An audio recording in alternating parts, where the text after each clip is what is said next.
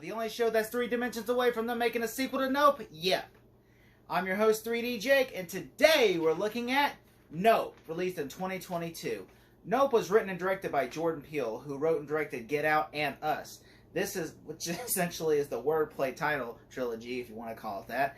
This movie around is also written and directed by Jordan Peele, and it stars Daniel Kawadi, who was in Get Out, that Jordan Peele directed, Keke Palmer, Stephen Yeun, and Keith David. The movie is essentially about a brother and sister who are basically broke, and they're letting out horses to Hollywood and productions for a living.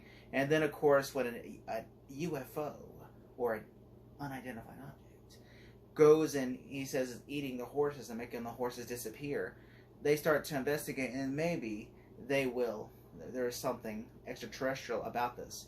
So they want to try to capture it and get a fortune on it. The movie is unique because that usually hasn't been done yet. Like, there's usually is just like UFOs, and obviously there are people trying to capture it, but I've not seen it in this type of way. I think that's unique.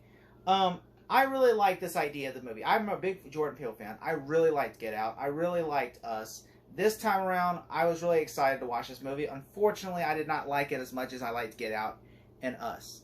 I will say, there are things I did like about this movie, but I did not like this movie overall. I will say this thing does have some quality likes about it, and what I will say is I did like the mystery about the alien ship. I really thought that was great. And I am going to go on a spoiler, so if you haven't seen this movie, then go watch the movie and then come back and listen to my rants, okay? But I really did like the ship's mystery, like what is it, or where are the aliens? Have we seen them? What do they look like? And I do like that we don't really necessarily, now the trailer kind of misled us and thinking, okay, these are what the aliens look like, when it's not. I really think that's unique and interesting. It made me kind of excited to see what this is. And I really like that aspect of the mystery of the ship. The third act of the movie I also liked. Like the third act with the aliens and the cameras, them trying to capture the ship, and then like with it just making a giant, like a vortex almost, and it makes like with a tent over it that's just eating everything. Like that to me I thought was credible. I loved it. I thought that was brilliantly perfect. I just thought, like, I'm sitting there watching this and I was like, I want to see him on the horse. Like, come on, come get me. And, when I got that moment, I was like, yes, this is what I want. And that to me made me excited. I also really thought Keke Palmer is great. I think the whole movie, she's perfect in the movie. That, to me, she is what I wanted her to be in this movie. I'm like, to me, there's people saying online she should play Rogue and then X-Men for the MCU. I agree. I think she should be, because she's so great, and her accent in the movie is so great that I'm just like, yes, do that. I would think she'd be perfect Rogue. I also think Stephen Yeun, obviously, he was in Walking Dead. I liked him in The Walking Dead as Glenn. He plays, like, this, like, Jupiter, who is, like, this boy with a traumatic past. And I just think that, that character, I like the character. I did not like his backstory as much, but I'm going to get to that in a second. But I do think that, his character and what happens with his character I thought was unique.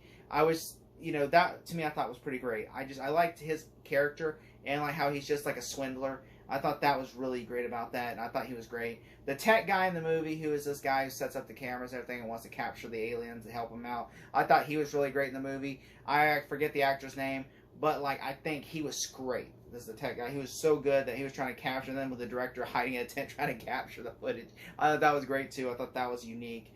And the night scenes in this movie are terrific, okay? When they're trying at night, when they see the UFO, which is making the storm, we don't really get to see it, but it just keeps moving in the shadows. It's almost like Jaws, where you don't see the shark, you just see, like, okay, you just see things move around, and to us, we know that's the shark. But, like, everything else we just keep seeing, and it's just unique about it, and I really thought that was great. I also really liked the carnival scene. You know what scene I'm talking about, when the alien shows up and eats all those people. I thought that was great. And I like how, like, the idea of, like, you don't look at it or else it'll eat you. That, to me, I thought was really clever, because I've never seen that done in a horror film before, like of an alien film. I thought that was great, whereas, like, if you don't look at it, nothing will happen. That, to me, almost felt like the Bird Box, but in a better version, like, of this, and I thought that was so great, when he was just, like, not looking, he was just looking down. To me, that should have been the poster, just them looking down, then, that, like, when you see the movie, like, ah! That, to me, or it should have been called Don't Look Up. That would have been a much better movie than the actual Don't Look Up movie. So yeah, and the carnival scenes, the carnival scene was fantastic, where it just, like, where they all just get sucked in. Although I was hoping for, this is stupid, or you're gonna think I'm stupid for saying this, but I was hoping for a much more, like, longer scene of this, But then when we get to see what happens with them inside the getting digested, I thought that was just gross. Like, to me, it's like I wanted them to like just to like get their skin like almost like the Mummy, where they're getting their flesh sucked out. But I didn't want to see them like get eaten. I thought that was gross. So like, I don't want to see that. I just wanted to see them get their flesh sucked out. You know, that's what I was just like, ah. Oh.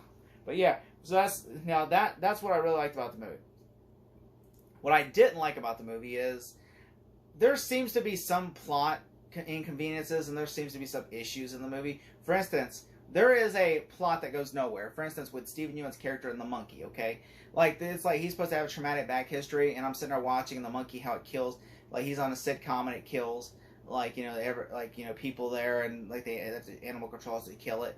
That, to me, I was just like, that goes nowhere. It has nothing else to do with the movie other than, like, hey, this guy has a traumatic backstory, and, hey, I invited the girl whose monkey's face it ate off. That's the only thing that has relevance to the plot whatsoever. It didn't. I was waiting. I was thinking, well, maybe it has to do with the aliens. Nope. Just went nowhere with the plot whatsoever. And I'm like, okay then. And then it's like, okay, and so that just like it just goes nowhere. It's like at the beginning, I'm just thinking, what did he just really wanted to make, like, you know, a movie with a monkey that goes rogue, and he just at the end of the last minute, it's like, I could just shove this in this movie. I mean, that to me just went nowhere with it. And that to me, I was like, okay, it goes nowhere. And also, I didn't really like, you know, the scene where, like, when they get eaten. Like, to me, like, just to see them get eaten and that's it would have been perfect. Which it leaves to the imagination of what could happen. Like, oh my god, what's happening? Are they all just, like, skeletons in there now, or what? Instead, you just see them get eaten, and you're just like, that's just gross. That was not what I was thinking. You know, some of my, I mean, I don't know. Just, to me, I didn't like that. I thought that was kind of gross. Also, you know, I didn't like Daniel Acuerdo's character. I just didn't think his character was that great. He just felt like the whole movie he had no energy. It just felt like he was doing this for a paycheck almost. It's just like, yeah, this is just me. Yeah, this is me. Oh, poor me, my uncle's dead. I don't want to do this. You know, that to me, that just felt like that's the whole character. You know, oh yeah, I'm on a horse. I'm gonna save the day. I'm gonna save the day on a horse. Yeah.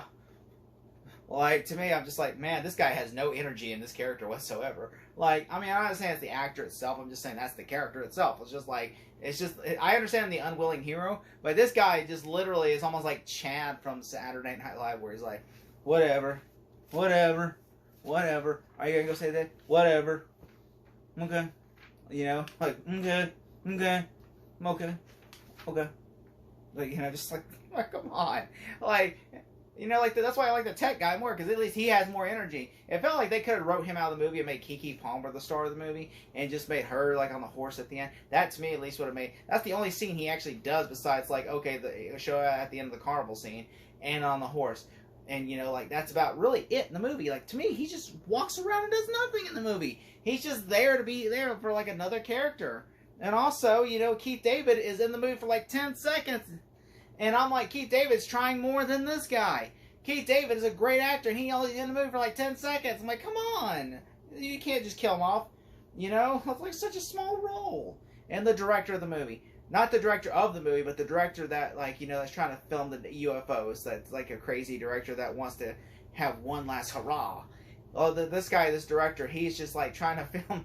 Like, he literally just agrees to it. Not even, like, I was expecting some skepticism, but he's like, yeah, I saw some footage that the cloud, it hasn't moved, so I agree with you. I'm like, there's not going to be any skepticism or transparency about this at all, besides, like, yeah, I believe you. Yeah, we're going to shoot it. All right, now I'm going to go kill myself. I was at least expecting him to run away and go, like, you're on your own. Like, I'm not going to die. Instead, he's like, I'm going to film it and die. I'm like, and they never tell you or not whether they recovered the camera, so to them, this could all be a fabricated story. You know, I could go tell them, hey, I just saved the day on a horse from an alien. You know, we killed an alien. We blew it up with a inflatable. And then people, you think they're going to believe me? Like, the press is there in a way, but, like, did they really see it? It never explains, did they or did they not see it? And that, to me, kind of irks me a little bit. You know, and I thought the director, he just gets sucked in, and I'm just like, they could have done more with that. Instead, just felt like, hey, this guy's here. Now this guy's gone. Bye. You know, in a way. And the alien twist ending, you know, the twist is where, like, okay, if you don't look at it like that, but then hell, like, oh, hey, you know, like, they're like a vacuum and they suck you up, but then, you know, they're just an organism that they're not even aliens. I didn't mind that, but to me, that was interesting. But I just didn't think, okay, like, they ate inflatable and they die. Like, because they ate a horse they had a metal horse, and that's that they can spit that out, but an inflatable they'll blow up. And I'm like, okay, that's such bullshit. I call bullshit on that. And then there's a random guy, by the way, on the bicycle who's just riding his bicycle. And I guess he's trying to record. I'm gonna go on a limb and try to go for and help Jordan Peele by saying he was trying to film it too, and he actually knew the same thing. Only I think they knew more. I could be wrong. The guy could have just been a random cloud chaser for all I know. But I'm gonna go on a limb and say, to Jordan Peele's credit, this guy was also trying to do the same thing, only he didn't know what they knew, and he ended up killing himself by accidentally. By hitting a force field, I guess I guess he's going too fast to where there's no power, and it just jerks him off his bike. And so then Daniel goes, and then he sees the alien in his helmet. He goes, "Oh, you're a nerd." It gets eaten. I thought that was hilarious. I thought that everyone kept looking at it too in the third act. Everyone's like this going, "Hey, I'm over here! Hey, I'm over here!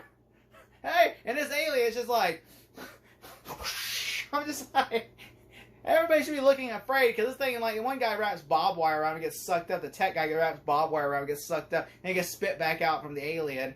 And I'm just like, I don't think that would happen that way, because it ain't a whole bleacher full of people, and you're telling me, and also the guy on the motorcycle, and like that guy, it didn't spit his helmet back out. And also, I guess that could have been, I guess that could have worked, but to me, I just thought that was so stupid. I did enjoy the film though. Like, the movie was, it was interesting. Is it my favorite Jordan Peele? No, I still think Get Out and Us are much better than this movie. I think this might be my least favorite of his. I did really like the cast. I thought the cast was great. Although some of the characters I felt like were underwritten. I think they could have been better. And I feel like some plots he kind of abandoned in the movie. Like about the monkey goes nowhere.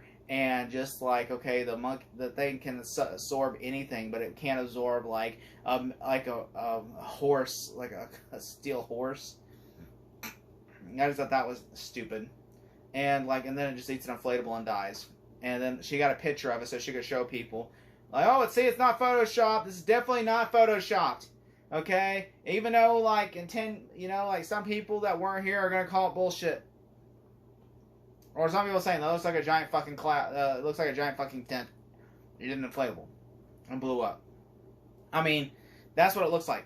Because it becomes like a giant inflatable. It never explains why it became a giant inflatable. I'm going to go on a limb and say it just ate all the inflatables and made a giant, massive inflatable. But also, that could have been what it literally looks like. And to me, it left more questions than it had answers. And that just kind of drove me away from it to where I was watching it going, this is not that good. Like, this is not, like, Signs is a much better movie than this. And I'm like, I feel bad because Jordan Peele's a great writer, but I feel like he was trying to be so out there and articulate that he didn't really think about, okay, this has to make sense. And that just to me felt like that kind of hurt it for me. And I think if you really want to watch it, you should watch it, make up your own opinion about it. It's on Peacock and Amazon Prime, so if you want to not buy it and just seek it out and watch it for free, or if you have those streaming services, I would suggest doing that. If I had to give it a grade, I would give it a solid C+.